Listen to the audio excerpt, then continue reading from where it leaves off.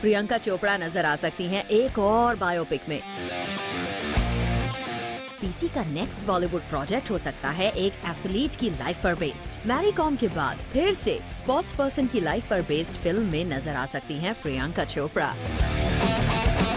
Reportedly Bollywood में athlete PT Usha की life पर बनने जा रही है फिल्म।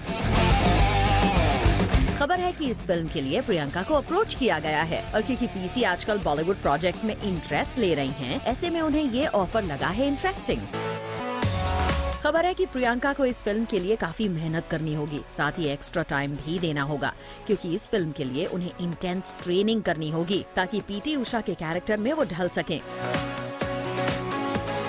कुछ दिनों पहले न्यूज आई थी कि प्रियंका अपनी अमेरिकन टीवी सीरीज क्वांटिको के इस सीजन की शूटिंग के बाद जल्द से जल्द किसी बॉलीवुड फिल्म पर काम शुरू करना चाहती हैं। क्योंकि पीसी पिछले कुछ सालों में हॉलीवुड में इतनी बिजी हो गईं कि बॉलीवुड ऑडियंस के साथ उनका कनेक्ट ऑलमोस्ट खत्म सा होने लगा।